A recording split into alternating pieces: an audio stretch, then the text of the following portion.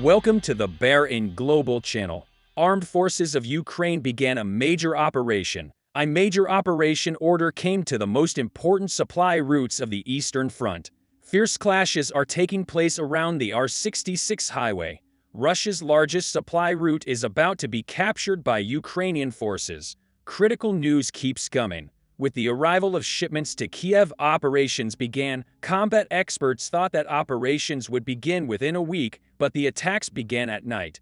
A large number of armored vehicles, military equipment, and Ukrainian soldiers took action. With the attacks of Ukrainian artillery units, Russian defense line in the region was broken. If Ukrainian army can take control of the region, Russia will lose the most important point of the Eastern Front. Tension rose considerably.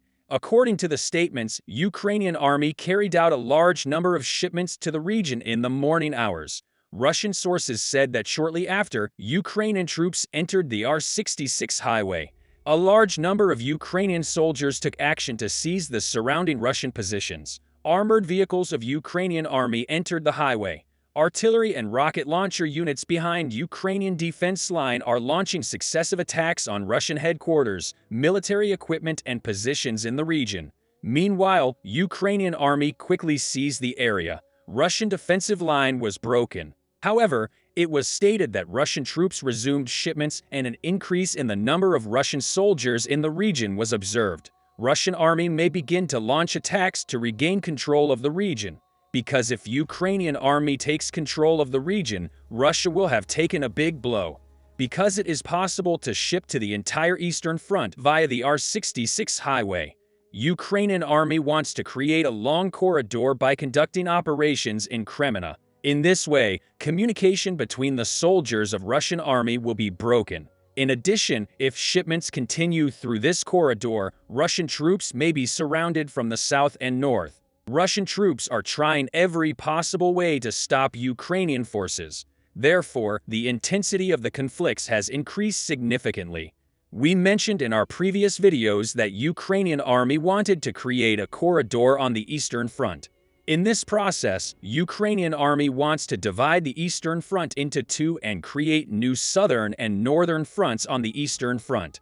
In this case, the increasing pressure of Ukraine and Zaporizhia may cause the surrender of Russian soldiers in the south of the Eastern Front, because the created corridor will completely cut off communication on both the east and south facades. Clashes in the region are expected to continue for a while, because, as I said, Russian army will try every way to get back to the highway. Ukrainian army again began targeting Russian supply routes. Kiev wants supply routes to be targeted first. In this way, Ukrainian army can carry out powerful operations with very few casualties.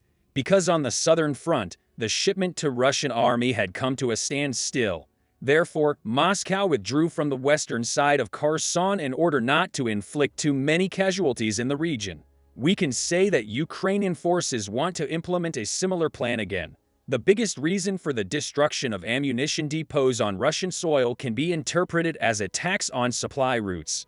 Moscow is aware of this situation. Ukrainian army was expected to launch an attack on the supply lines. However, Kiev gave the order to attack in a very short time.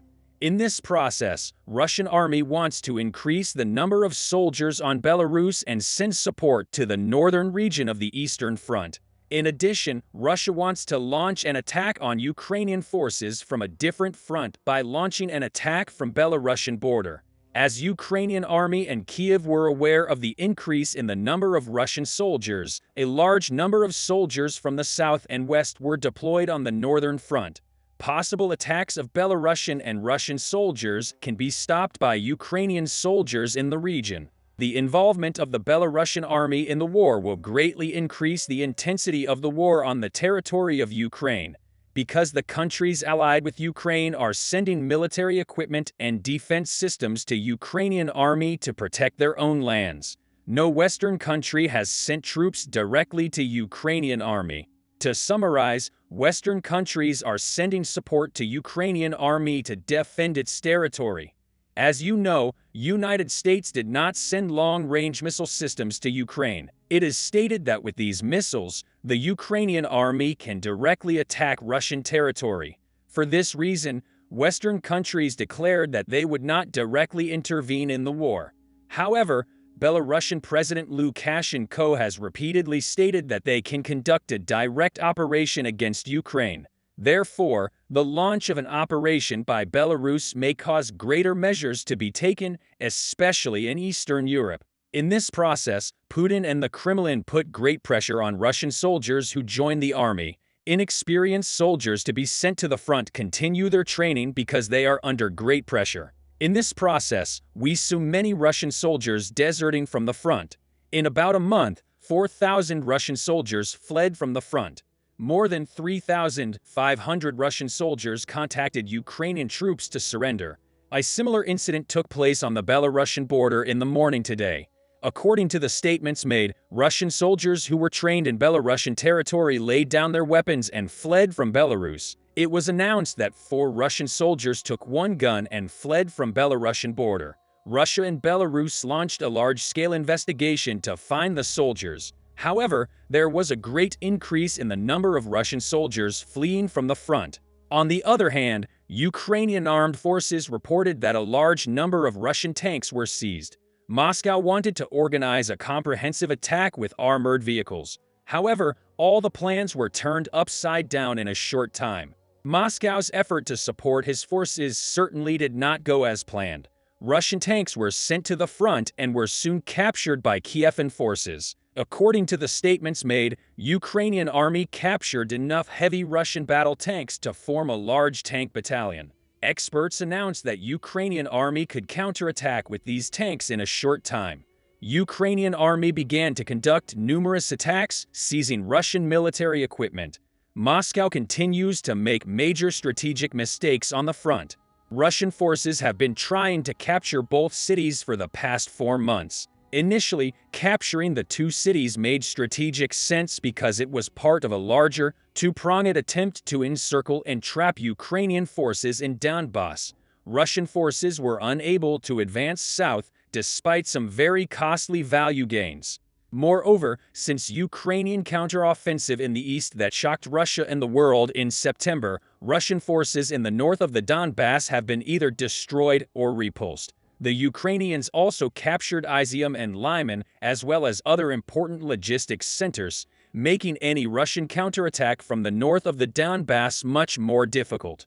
Meanwhile, Russian army continues to suffer heavy losses. In the last few days, Russian forces lost an average of more than 500 soldiers, and on some days more than 700 soldiers were neutralized. In addition, the Kremlin continues to publish many false reports. There are also reports of loss of life among the lies. Russia's defense ministry said 6,000 Russians were neutralized in September. This is an absurdly low estimate, and Ukrainian military believes the Russians have lost 88,000 soldiers.